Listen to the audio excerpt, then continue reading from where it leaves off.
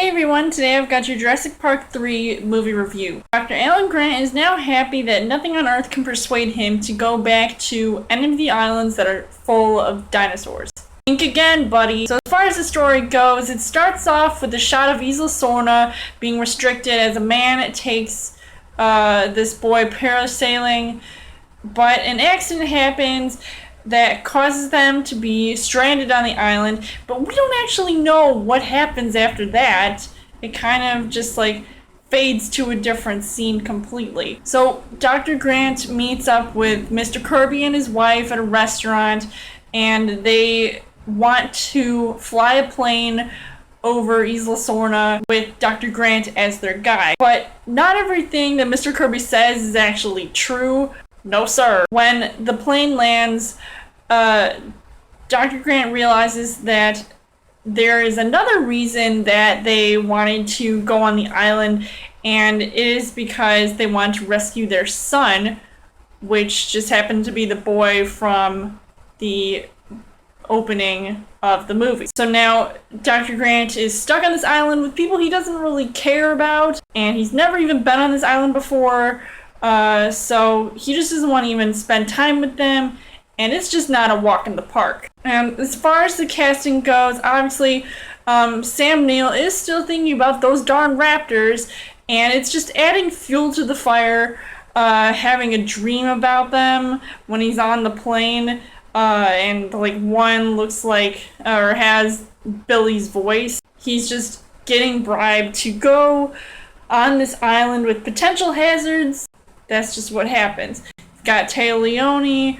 Even though I like her as an actress, she just could not stop screaming. I was really annoyed by that. You've got her husband, William H. Macy, who's equally good. I just felt like some of the acting in this movie was kind of wasted here. Trevor Morgan, not the best actor around, and he managed to survive 8 weeks on his own, like he's some friggin' Boy Scout. You've got Alessandro Nivola, who plays Billy, who claims to be good at paragliding, yet gets caught in between some flying pterodactyls in a cage. So maybe his ignorance shouldn't have come along for the ride.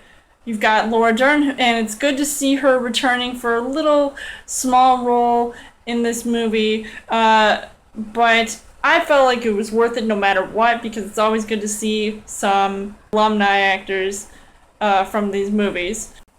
And she just decided to move on and get married and have some kids, so I guess it's too late to ship Grelly.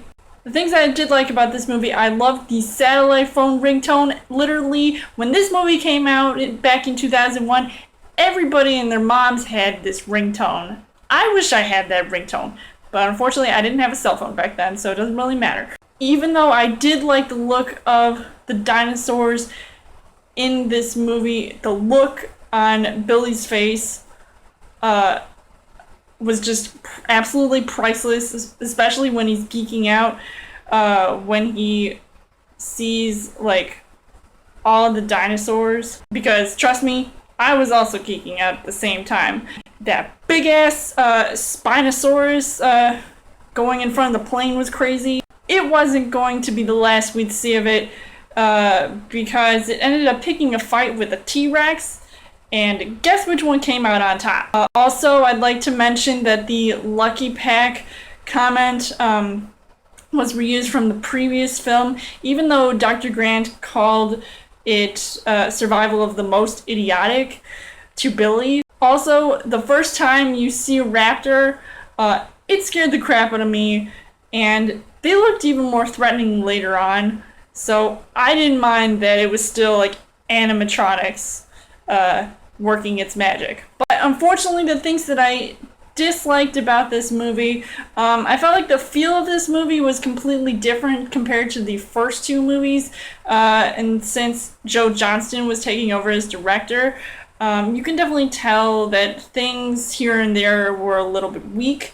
but the end scene still got me thinking, oh, so now everyone's okay with some pterodactyls just escaping the island and going who knows where and I wouldn't want them in my backyard either, Taya Leone. Even though the whole cage scene was pretty fast-paced, which looked cool at first, I mean, it was. Where do things go from there?